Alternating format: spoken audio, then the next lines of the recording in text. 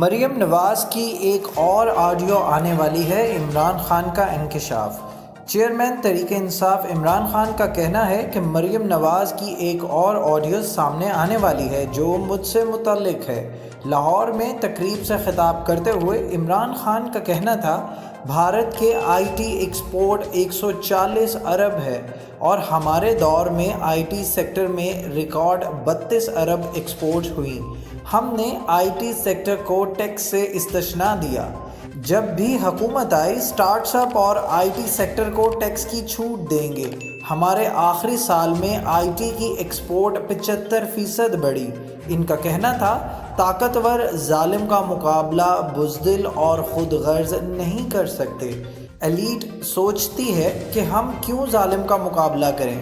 قوم کو بدترین مہنگائی میں دھکیل دیا گیا اور کابینہ ارکان نے آتے ہی اپنے کیسز ختم کرنے شروع کر دیے۔ ان کا کہنا تھا، ہم تو روس سے سستا تیل اور سستی گندم لینے کے لیے مذاکرات کر آئے تھے۔ یہ لوگ پاکستان آتے ہیں، پیسہ لوٹ کر باہر چلے جاتے ہیں۔ اسحاق ڈار وزیر اعظم کے جہاز میں بیٹھ کر باہر گئے۔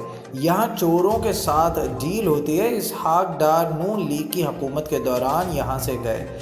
اسحاق ڈار جواب نہیں دے سکتے تھے، اس لیے بھاگ گئے۔ اسحاق ڈار ڈیل کے تحت واپس آ رہے ہیں۔ چوروں کو این آر او دیا جاتا ہے۔ چیئرمین تحریک انصاف نے چیف الیکشن کمیشن کو شریف خاندان کے گھر کا نوکر قرار دیتے ہوئے کہا کہ الیکٹرانک ووٹنگ سے فری اینڈ فیئر الیکشن ہو سکتا ہے، لیکن چیف الیکشن کمشنر نے نواز شریف اور زرداری کے کہنے پر ای وی ایم نہیں آنے دی۔ ان کا کہنا تھا، ایک اور آڈیو آنے والی ہے جس میں مریم اپنے والد سے کہہ رہی ہیں، فکر نہ کریں، الیکشن کمیشن توشہ خانہ میں عمران خان کو نااہل کرنے والے ہیں۔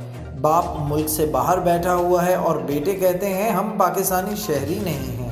انہوں نے مزید کہا کہ حالیہ آڈیو لیکس کے بعد تھوڑی سی بھی شرم ہو تو یہ مستعفی ہو جائیں۔